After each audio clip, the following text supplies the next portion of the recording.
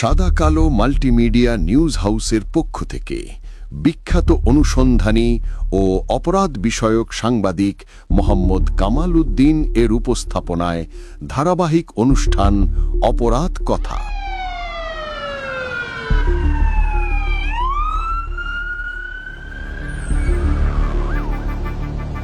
এবার আরও নতুনভাবে মাঠের বাস্তব অভিজ্ঞতা, তদন্তের নেপথ্য কাহিনী, অপরাধ জগতের অজানা দিক সবকিছুই তুলে ধরা হবে তথ্যভিত্তিক ভাষ্যে, সরাসরি সত্যের আলোকে। সাহস, অনুসন্ধান আর নির্ভুল তথ্য, এই তিনটি শক্তিকে ধারণ করেই এগিয়ে যাচ্ছে অপরাধ কথা।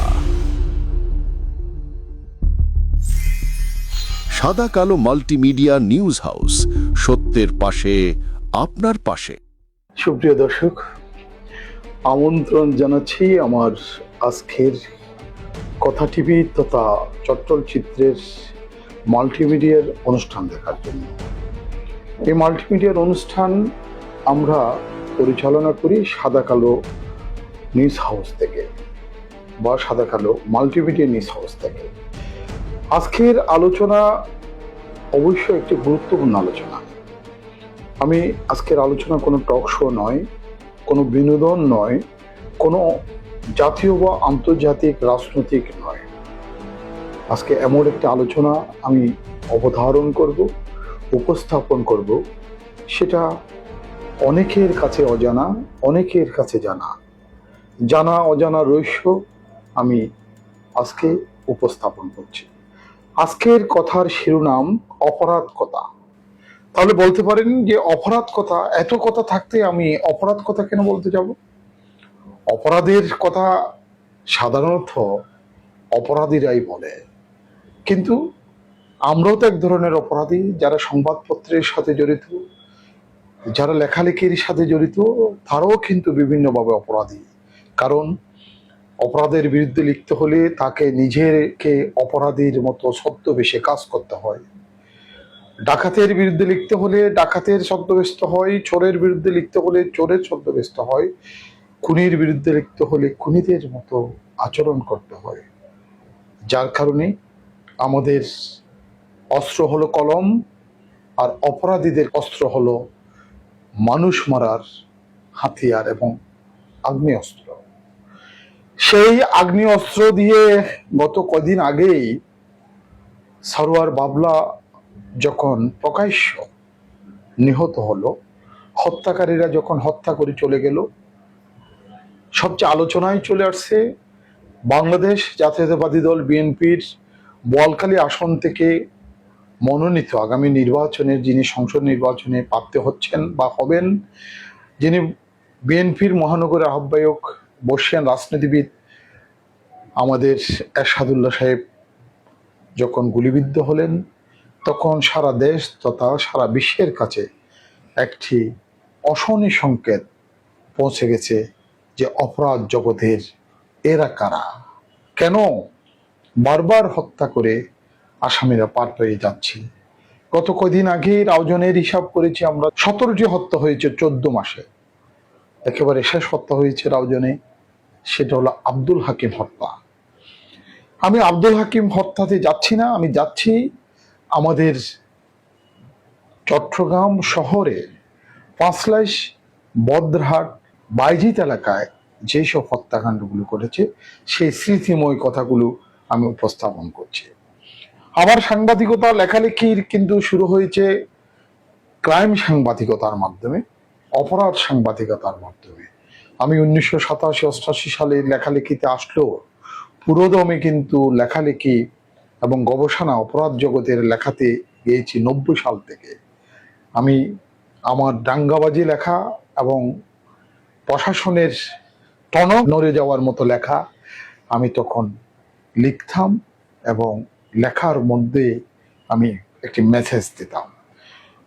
সেই অপরাধের কথা লিখতে গিয়ে কখন নিজেকে অপরাধী ভাবা শুরু করেছি, আজকের দীর্ঘ বছর পর আমি সেই 1997 সালের একটি হত্যাকাণ্ডের সূচনা দিয়ে আজকের কথা শুরু করছি। এর আগে অনেক হত্যাকাণ্ড রয়েছে, আমি বললাম এই যে সরওয়ার বাবলার হত্যার পূর্বের ধারাবাহিকতা আমি অবধারণ করছি। অনেক হত্যার কথা এই মুহূর্তে আনছি না। প্রথম তাদের যে হত্যাকাণ্ড, বিশেষ করে শিবিরের হুমায়ুন ছিল, হুমায়ুনের নেতৃত্বে এবং কুকুমনির নেতৃত্বে প্রথম হত্যাকাণ্ড ঘটে বদ্রাট চানগাঁও আবাসিক এলাকায়। ছাত্রলীগের যে তিনজনকে হত্যা করা হয়েছে, এনাম, মনসুর, শহীদ, তিনজনকে প্রকাশ্য হত্যার পরেই হত্যার খেলা শুরু হয়েছে। সেই হত্যার পর তখন চট্টগ্রামে এক ধরনের অরাজকতা সৃষ্টি হয়েছিল। সদ্য আওয়ামী লীগ কিন্তু ক্ষমতায় আসছে। তখন আওয়ামী লীগের সময় আওয়ামী লীগের সমর্থনে ছাত্রলীগের এনাম, তারা ছাত্রলীগ করত, তাদেরকে বদ্রাট আবাসিকে প্রকাশ্য হত্যা করা হয়। এই হত্যাকাণ্ডের সূচনা এবং আজকের যে বড় সাজ্জাদ বলা হচ্ছে, যার কথা বারবার বলছি, সাজ্জাদের বাড়ি হলো চালদাতলি ফাঁসলাইশের গনি কন্ট্রাক্টরের বাড়ি, এবং গনি কন্ট্রাক্টরের ছেলে। গনি কন্ট্রাক্টর হলেন একজন আমাদের উপমহাদেশের বড় ঠিকাদার ছিলেন। বদ্রাটের ত্রিফল মার্ডারের পর গনি কন্ট্রাক্টরের বাড়িতে হামলা হয়েছিল। কেন হামলা হয়েছিল? তখন গনি কন্ট্রাক্টরের বাড়িতে যারা হত্যার সাথে জড়িত ছিল, শিবিরের ক্যাডার বলেন বা তৎকালীন যারা শিবিরের নামদারি, শিবিরের পদবি কিন্তু ব্যবহার করতো না, একমাত্র মহিবুল্লাহ কুকুমনি ছাড়া। কুকুমনি ইউএসটিসির ছাত্র ছিল। তখন তারা সন্দেহ করেছিল গনি কন্ট্রাক্টরের বাড়িতে, অর্থাৎ সাজ্জাদদের বাড়িতে। সাজ্জাদ তখন ছোট, মাত্র 12-14 বছর বয়স। তখন গনি কন্ট্রাক্টরের বাড়িতে বিশাল হামলা হলো এবং তার বাড়ি জ্বালিয়ে দিল, গাড়ি জ্বালিয়ে দিল। কিন্তু গনি কন্ট্রাক্টর বা সাজ্জাদের বাবারা কিন্তু হত্যার সাথে জড়িত নয়, তারা কিন্তু কিছুই জান না। এই হত্যাকাণ্ডের সময় আমি সত্য উদ্ঘাটন করার জন্য, তখন আমি অপরাধ জগতে কাজ করছি, অপরাধ জগৎ ম্যাগাজিনে, তখন আমি নেমে গেলাম তাদের আসল রহস্য উদ্ঘাটন করার জন্য। এই আসল রহস্য উদ্ঘাটন করতে গিয়ে দেখলাম ত্রিফল মার্ডার কিন্তু হয়েছে। যারা হত্যা করেছে, বিশেষ করে হুমায়ুনকে পরবর্তী র্যাবে গুলি করে মেরে ফেলছে। কিন্তু গনি কন্ট্রাক্টর বা সাজ্জাদের বাবারা কিন্তু, বা সাজ্জাদের পরিবার, তার বড় ভাই ছিল জসিম, যদিও কুকুমনির অনুসারী ছিল, কিন্তু তারা হত্যার সাথে জড়িত ছিল না। তখন গনি কন্ট্রাক্টরের পক্ষে আমি নিউজ করলাম একটি প্রধানমন্ত্রী, তখনকারও প্রধানমন্ত্রী শেখ হাসিনা, তার কাছে একটি লেখা আমার হাতে লিখলাম আবেদন। সে আবেদনের প্রেক্ষিতে একটি তদন্ত টিম আসলো ঢাকার থেকে। তদন্ত টিমের প্রেক্ষিতে তখন ফাঁসলাইশের এসি ছিলেন এন ফালিদ, যার বাড়ি ছিল সাতকানিয়া, পরবর্তী তিনি মারা গেছেন। এই ফালিদ বাবু একটি 12 পৃষ্ঠার প্রতিবেদন করেছিলেন। তখন প্রতিবেদনে ক্লিয়ার পরিষ্কার হয়েছেন এই সাজ্জাদের পরিবার বা গনি কন্ট্রাক্টর পরিবার ত্রিফল মার্ডারের সাথে জড়িত নয়। যার কারণে তখন এই হত্যার মূল হোতা ছিল কে? এই হত্যার মূল হোতা যারাই ছিল তাদের কথা স্পষ্টভাবে তুলে ধরছে। এই 12 পৃষ্ঠার প্রতিবেদন যখন গনি কন্ট্রাক্টরের পক্ষে বা সাজ্জাদের বাবার পক্ষে যখন প্রধানমন্ত্রীর দপ্তরে ফালিদ বাবু জমা করলেন, তিনি ফাঁসলাইশের এসি হিসেবে, সহকারী কমিশনার হিসেবে, তখন কেঁপে গেলেন আরেকজন, যিনি এখন আমাদের মাঝে নেই। তিনি হলেন লিয়াকত আলী খান, তখনকার কমিশনার বা কাউন্সিলর। তিনি ছিলেন মহানগর আওয়ামী লীগের শ্রম সম্পাদক এবং মহিউদ্দিন চৌধুরীর অনুসারী। তিনি মহিউদ্দিন চৌধুরীকে অনুকরণ করতেন। তিনিও এক সময় শ্রমিক নেতা ছিলেন, যেই এই টেক্সটাইল মিলের। তো যাই হোক, তখন গনি কন্ট্রাক্টরের বিরুদ্ধে উঠে পড়ে লেগে গেল কে? লিয়াকত আলী খান। গনি কন্ট্রাক্টর বাড়িতে হামলার নির্দেশ, গাড়ি জ্বালানো, তাদের বাড়ি জ্বালানো, সবকিছু। তিনি আমিনজুন মেলের শ্রমিক নেতা হিসেবে তার একটা প্রভাব ছিল, তার এলাকা ফাঁসলাইশ, এবং সেই সুবাদে তিনি শ্রমিক লীগের যে একটা প্রভাবশালী নেতা, আওয়ামী লীগ ক্ষমতায়। তখন এই যুদ্ধ শুরু হয়ে গেল এবং প্রশাসনের সাথে, লিয়াকত আলী খানের সাথে। তখন লিয়াকত আলী খান নিরাপত্তার অজুহাত দেখিয়ে প্রধানমন্ত্রী তথা স্বরাষ্ট্রমন্ত্রী তখন ছিলেন নাসিম সাহেব।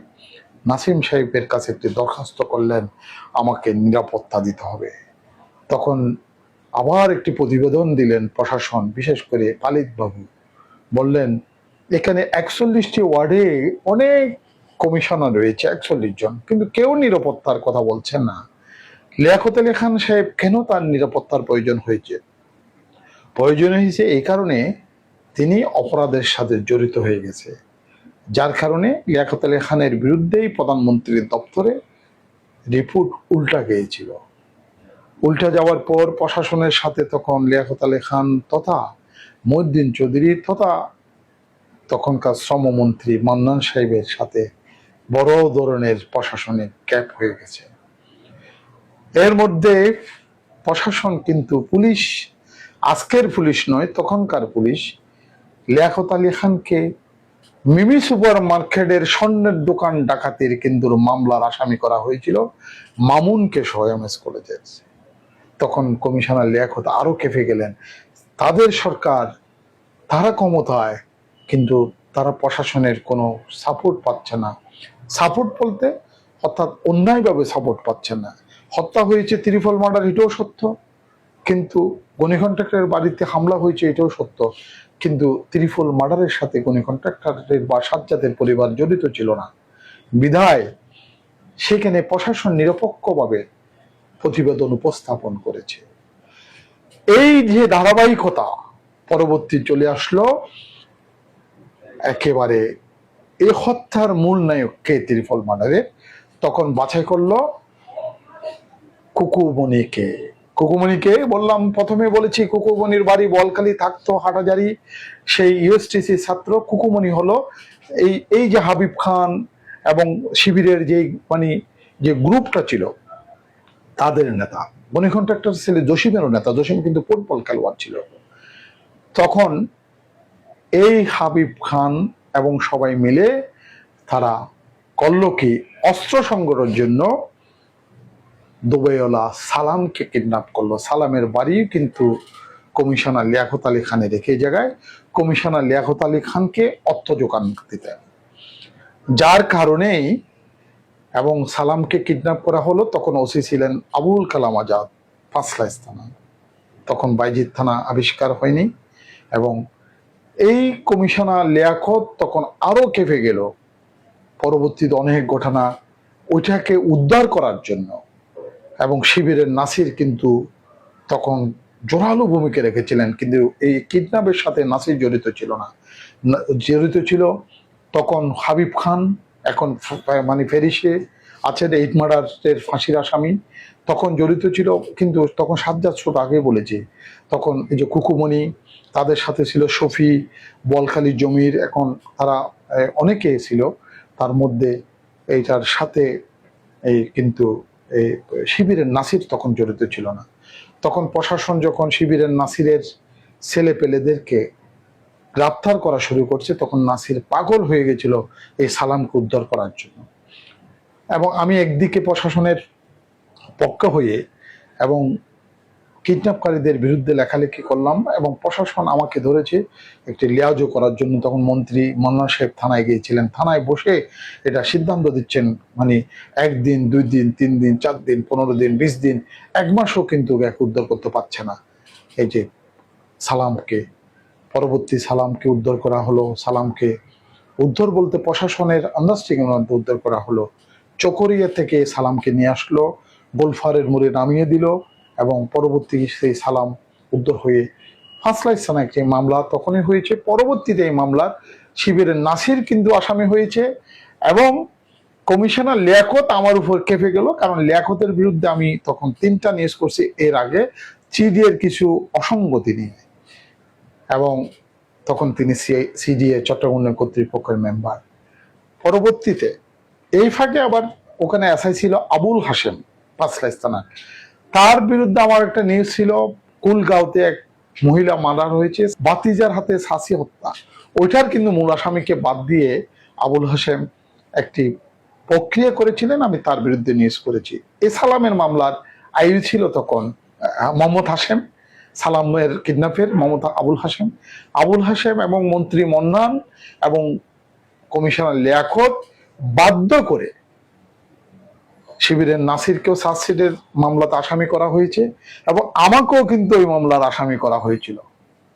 আজকে অপরাধের কিন্তু আমি একদিনের জন্য জেলে যাইনি, পরবর্তী কোর্টে আমি সারেন্ডার করার আমি রোহিদাস ম্যাজিস্ট্রেট ছিলেন, ওনার কাছে দেখা করে উনি আমাকে জামিন দিয়ে দিছে এবং সত্যটা উদ্ঘাটন হয়েছে এবং আমি তো তাদের সত্য উদ্ঘাটন করতে গিয়ে এবং কমিশনার লিয়াকতের কিছু অসঙ্গতি আমি প্রকাশ করার কারণে, এসআই হাশেমের বিরুদ্ধে অসঙ্গতি প্রকাশ করার কারণে এবং আমাকেও মামলার চার্জশিটে আসামি করেছে এবং শিবিরের নাসিরকেও কিন্তু আসামি করেছে। শিবিরের নাসির কিন্তু তখন গ্রেপ্তার হয়নি, পরবর্তী গ্রেপ্তার হয়েছে।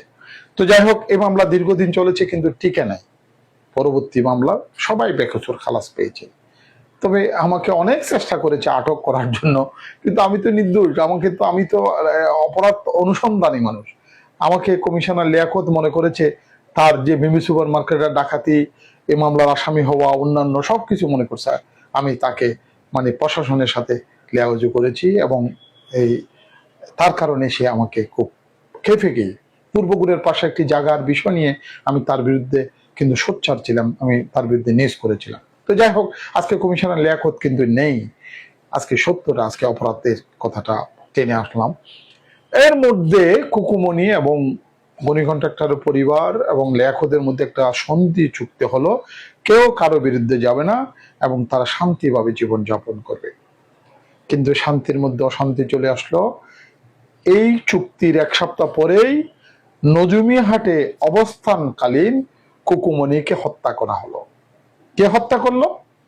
এমএস কলেজের তখনকার মহিম এবং দুলু, সুনীল এবং খুনি ছিল নজরুল। নজরুলকে তেলের পাটি সাজিয়ে মহিম তারা পাঠিয়েছিল। টুটুল ছিল কুকুমনির বডিগার্ড, আবার টুটুল ছিল কমিশনার লিয়াকতের বাকিনা এবং কুকুমনিকে হত্যা করে টুটুলকে মহিমের গ্রুপ, বিশেষ করে নজরুল নিয়ে আসার কারণেই তারা ধরে নিছে এই হত্যাকাণ্ড, কুকুমনির হত্যাকাণ্ড কমিশনার লিয়াকত করিয়েছে। এই কমিশনার লিয়াকত হত্যার তখন খেপে গেল, কিন্তু লিয়াকত কিন্তু এই হত্যার সাথে জড়িত নয়। আমার অনুসন্ধানে তখন রিপোর্ট ছিল, কারণ কমিশনার লিয়াকত এই কুকুমনি হত্যার বিষয়ে কিছুই জানতো না, কারণ সে তো আপোষ করে বলছে। কিন্তু কে বুঝবে এই কথাটা? যেহেতু কুকুমনি হত্যা হওয়ার পর, মার্ডার হওয়ার পর, তখন তো তার গ্রুপের সবাই খেপে গেছে। তারা ধরে নিয়েছে যে একমাত্র কমিশনার লিয়াকত ছাড়া এই কুকুমনিকে হত্যা কেউ করতে পারে না। যার কারণ হলো কমিশনার লিয়াকতের আপন ভাগিনা, আপন না হলেও খুবই ঘনিষ্ঠ ভাগিনা টুটুল ছিল কুকুমনির বডিগার্ড এবং টুটুলেই হত্যার পরিকল্পনা করেছে এবং হত্যাটার সরাসরি গুলি করেছে নজরুল, খলিফা নজরুল বলে, তার বাড়ি চকুরিয়া, এখন সে আছে। সে অসংখ্য হত্যার সাথে জড়িত, সেই কোনো না কোনোভাবে বেঁচে গেছে দুলু সুনীলের নেতৃত্বে, বিশেষ করে মহিমের নেতৃত্বে। এগুলো আমার কাছে তথ্য আছে, ডকুমেন্টস আছে, আমি ডকুমেন্ট নিয়ে কথা বলি। আমি অনুসন্ধান করেছি, আমি বছরের পর অনুসন্ধান করেছি। এখন কমিশনার লিয়াকতকে তারা হত্যার জন্য একটি ফরমাল জারি করলো। কিভাবে? কুকুমনিকে যখন ফেরোডের ময়দানে জানাজার জন্য আনা হলো, তখন কুকুমনির লাশ ছুঁয়ে সবাই শপথ করলো কুকুমনি প্রতিশোধ 4 দিনের মধ্যে নেবে কমিশনার লিয়াকতকে হত্যার মাধ্যমে। লিয়াকত বেচারা কিন্তু কিছু জানে না, তার মৃত্যুর কিন্তু ঢঙ্কা বাজছে। এর মধ্যে 4 দিনের প্রচন্ড বৃষ্টি, 4 দিন যেদিন হবে সেদিন তখন প্রধানমন্ত্রী শেখ হাসিনা রেলওয়ের মাঠে, ফলকগ্রাউন্ড মাঠে কিন্তু মুক্তিযুদ্ধ সমাবেশে আসছিলেন। যার কারণে ওই 4 দিনের দিন কিন্তু কমিশনার লিয়াকতকে তারা হত্যা করতে পারেনি। পরবর্তীতে তাকে হত্যা করলো জুনের 2 তারিখ, জুনের 1 তারিখ দিন, গত রাত জুনের 2 তারিখ 1900, তখনও কিন্তু নাসিম স্বরাষ্ট্রমন্ত্রী। এর মধ্যে এই সারা রাত তারা বিভিন্নভাবে পাহারা দিয়ে কমিশনার লিয়াকতকে বাড়িতে জিম্মি করে রাখবে। কমিশনার লিয়াকত সকালবেলা পালিয়ে যাওয়ার সময়, বর্ষাকাল ছিল, তখন তার একটা সাঁকু দিয়ে, একটি বাঁশের সাঁকু দিয়ে তার নালা পার হওয়ার সময় সে কাদাতে পড়ে গেছে, মোটা মানুষ ছিল, যার কারণে সে উঠতে পারেনি, ওখানে তাকে গুলি করে হত্যা করেছে। এই গুলি করে হত্যার সাথে কিন্তু তখন এই গ্রুপ কিন্তু জড়িত ছিল। তখনও কিন্তু সাজ্জাদ ওইভাবে 5 স্টারে জসিম আরো অনেক ছিল, তারা কিন্তু প্রতিজ্ঞা করেছিল কমিশনার লিয়াকতকে হত্যা করবে। কমিশনার লিয়াকত কিন্তু নির্দোষ বেচারা। তখন আমি আবার নিউজ করলাম কমিশনার লিয়াকতের হত্যার সারা দেশে, এবং স্বরাষ্ট্রমন্ত্রী নাসিমও চট্টগ্রামে আসছিল, অনেক কাহিনী। এরপরে কিন্তু তারা রাজনৈতিকভাবে মামলাটা করেছিল ভিন্ন খাতে। তখন আমি নিউজ করেছিলাম কমিশনার লিয়াকত হত্যার বিচার কখনো হবে না। পরবর্তী দেখা গেল 20 বছর পর কমিশনার লিয়াকত হত্যার সবাই কিন্তু বেকসুর খালাস পেয়েছে। আমি 20 বছর আগে বলেছিলাম 20 বছর 7 মাস পরে মামলা রায় হয়েছে, কিন্তু এই মামলাতে কেউ শাস্তি পায়নি। কমিশনার লিয়াকত মার্ডার হয়েছে এটাও সত্য, কিন্তু তার বিচারে নির্দোষ প্রমাণিত হয়েছে এটাও সত্য, কারণ সঠিকভাবে মামলাটা তারা করতে পারেনি। তাহলে হত্যাকাণ্ড শুরু হয়েছে ত্রিপল মার্ডার, এর পরবর্তী হলো কুকুমনি মার্ডার, এরপরে মানে কমিশনার লিয়াকত মার্ডার, এর পরবর্তী আসলো বদ্দারহাটের মানে বদ্দার পুকুরের পারে 8 মার্ডার। এই 8 মার্ডারের মধ্যে এই সাজ্জাদ তারা কিন্তু তখন ইনভলভ হয়ে গেল। আবিব খান, সাজ্জাদ আর পুরো গ্রুপে মানে তখন এই সাজ্জাদ ক্রাইম জগতের মধ্যে অনুপ্রবেশ করলো। এবং 8 মার্ডারের কিন্তু ওইটা ছিল বাকলিয়া সরকারি পলিটেকনিক্যাল কলেজ বা গভর্নমেন্ট কলেজ, যেটাকে ইনস্টিটিউট কলেজ যেটা করা হয়েছিল প্রথম, ওই কলেজের একটি অনুষ্ঠানের জন্য ছাত্রলীগের আজম ও নাসিরের অনুসারীরা যখন যাচ্ছে, তখন তাদেরকে পথে গতিরোধ করে এবং বদ্দার পুকুরের পাড়েই তাদেরকে প্রকাশ্য হত্যা করা হয়েছে। মানে 8 জনকে স্পটে হত্যা করা হয়েছিল, যেটাকে বলা হতো 8 মার্ডার। ওইটা চট্টগ্রামের জন্য একটি ঐতিহাসিক মার্ডার। সারা বাংলাদেশে কিন্তু এইটা নিয়ে আলোচনা, সারা পৃথিবীতে আলোচনা, তখন সব জায়গায় ছড়িয়ে পড়েছে 8 মার্ডার। এরপরে অবশ্যই এর আগে কিন্তু শিবির নাসির কিন্তু গ্রেপ্তার হয়ে গেছে অস্ত্র নিয়ে, যে প্যারেডের ময়দান থেকে, ময়দানের পাশের ওই যে চট্টগ্রাম কলেজের ওখান থেকে, এবং ওখান থেকে অস্ত্র উদ্ধার হয়েছে। এর আগে মন্টু অস্ত্র নিয়ে গ্রেপ্তার হলো। মন্টু মানে বিশেষ করে তৈয়বকে হত্যার জন্য গিয়েছিল ফটিকছড়ি, নাসিরের অস্ত্র ছিল ওইগুলো। পরবর্তীতে এরা এই মন্টু এখন কিন্তু এই যে গোপাল কৃষ্ণ মৌরির হত্যাকাণ্ডের ফাঁসির আসামি মন্টু। তবে গোপাল কৃষ্ণ মৌরির হত্যার সাথে কিন্তু মন্টু জড়িত নয়। মন্টু কিন্তু অনেক হত্যার সাথে জড়িত, যেমন আপনার 8 মার্ডারের সাথে জড়িত, বা নুরুসভা জনপ্রিয় হোটেলের এই যে নুরুসভাকে হত্যা করলো, মন্টু নিজে হত্যা করেছে। কিন্তু মন্টু অনেক হত্যাকাণ্ডের কিন্তু আসামি হয়নি। পরবর্তীতে কিন্তু গোপাল কৃষ্ণ মৌরির মামলা কিন্তু সেই হত্যার সাথে জড়িত না থেকেও কিন্তু সে ফাঁসির আসামি হয়ে গেছে। মন্টু পরবর্তীতে এর আগে কিন্তু ওই তৈয়ব হত্যাকাণ্ডের যে অস্ত্র নিয়ে গেছিল, অস্ত্রগুলো নিয়ে গ্রেপ্তার হয়েছে। এই যে ক্রাইম জগতের রিসার্চ করতে গিয়ে আমি দেখেছি যে তারা যে কত নিষ্ঠুর, এবং এই হত্যাকাণ্ডের রহস্য উদ্ঘাটন করতে গিয়ে আমি কিন্তু তখন হোটেল 4 স্টারের 214 নম্বর রুমে থাকতাম। এবং এক পর্যায়ে এই মানে সালাম কিডন্যাপের পরে হুমায়ুন এবং তাদের গ্রুপ কিন্তু AK-47 নিয়ে আমাকে গুলি করতে গেছে। আমি কিন্তু 5 মিনিটের জন্য বেঁচে গেছি। আমার রুমে ব্রাশ করে কিন্তু কিছু রাখে নাই। আমার বন্ধু ছিল কখন পরবর্তী স্ট্রোক করে মারা গেছে। এটা বৈঠক ছিল বদ্রাডের মুজিবের বাসায়। মুজিবের বাইরে ছিল মোল্লা, এখন শিবিরের নাসিরের সাথে চলে। মোল্লা সহ একটা প্ল্যান করছে এবং বসছে, যেহেতু এই প্রশাসন এবং সঠিক উদ্ঘাটন বন্ধ করার জন্য আমাকে অর্থাৎ সাংবাদিক কামালকে হত্যা করতে হবে। তখন তারা হত্যার বিষয়টা মুজিবের বাসায় যখন করা হয়েছে, তখন আমার বন্ধু কখন উপস্থিত ছিল। কখন সে খবর পাওয়ার সাথে সাথে সেই 4 স্টার হোটেলে চলে আসছে। 2 মিনিটের মধ্যেই আমাকে হোটেল থেকে কোনো কথা ছাড়া নামিয়ে ফেলছিল। নামার পরে আমি চলে গেলাম চানগা থানায়। চানগা থানার তখন ওসি ছিল মহিউদ্দিন কিন্তু পরবর্তী স্ট্রোক করে মারা গেছে। আমি থানায় ঢুকে তখন মোবাইল ছিল না, তখন আমি 4 স্টার হোটেলে টেলিফোন করলাম।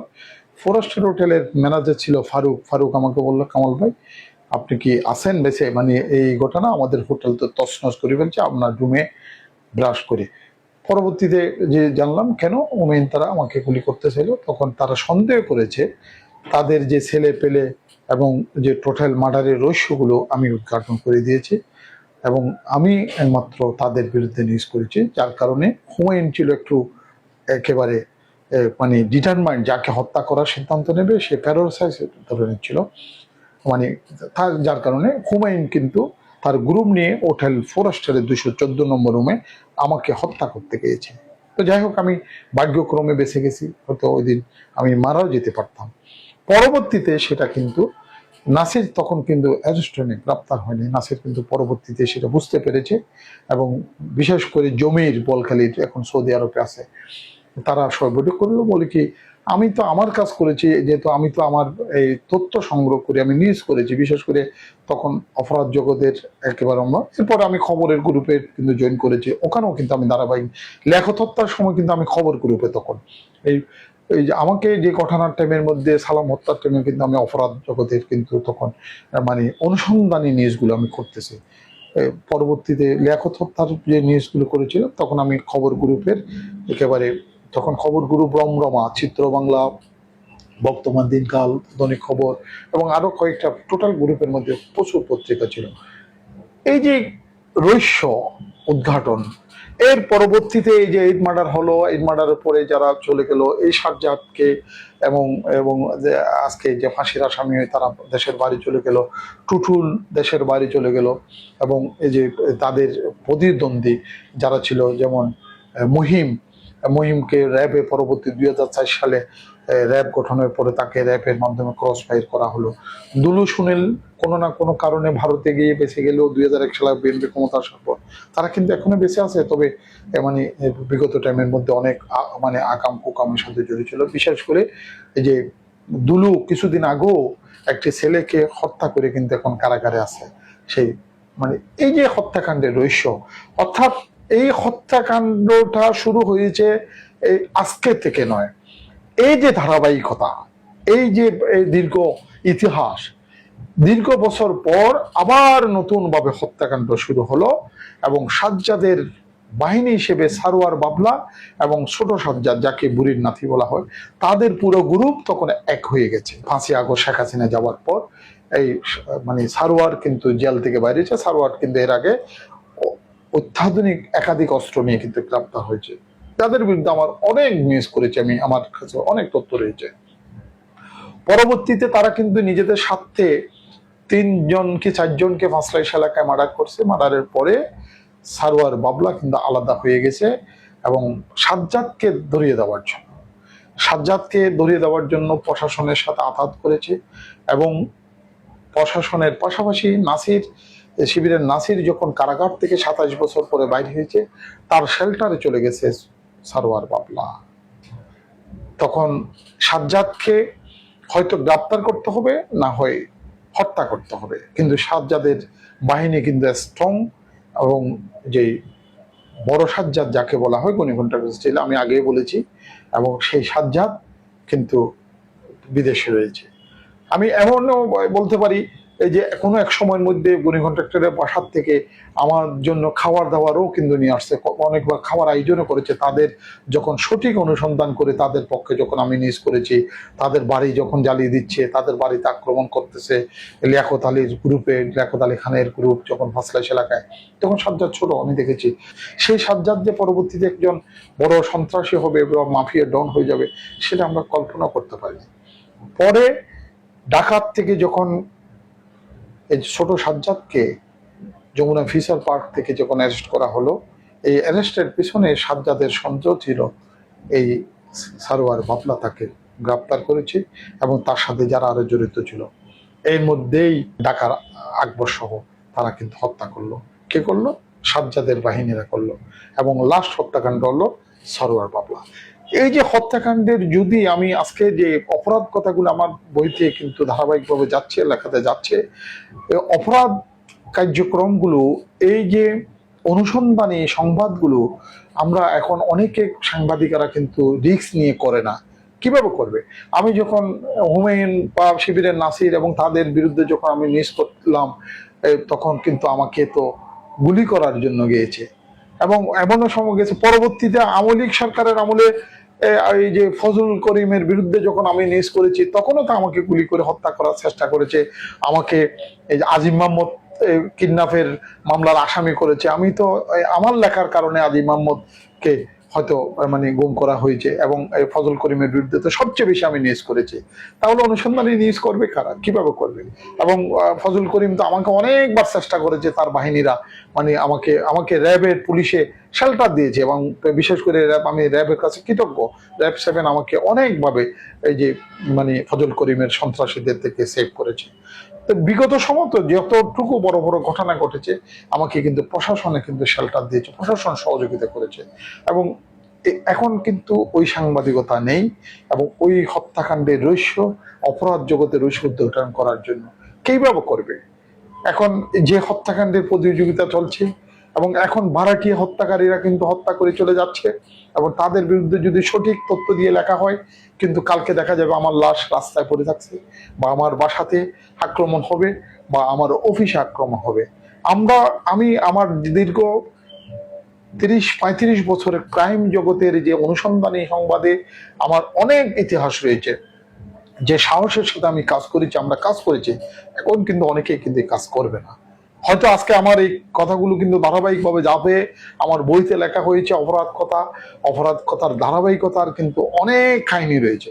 আজকে আমি শুধু ত্রিপল মার্ডারের মাধ্যমে বদ্রারের হত্যা এবং সরওয়ার বাবলার হত্যার যে মানে শেষ সমাধির মাধ্যমে আমি কিন্তু কিছুটা অপরাধ জগতের যে অনুসন্ধানী সংবাদের কিছু কথা বললাম। এই কথাগুলো কিন্তু হয়তো অনেকেই আমাকে অন্যভাবে অপরাধী বলতেও পারে।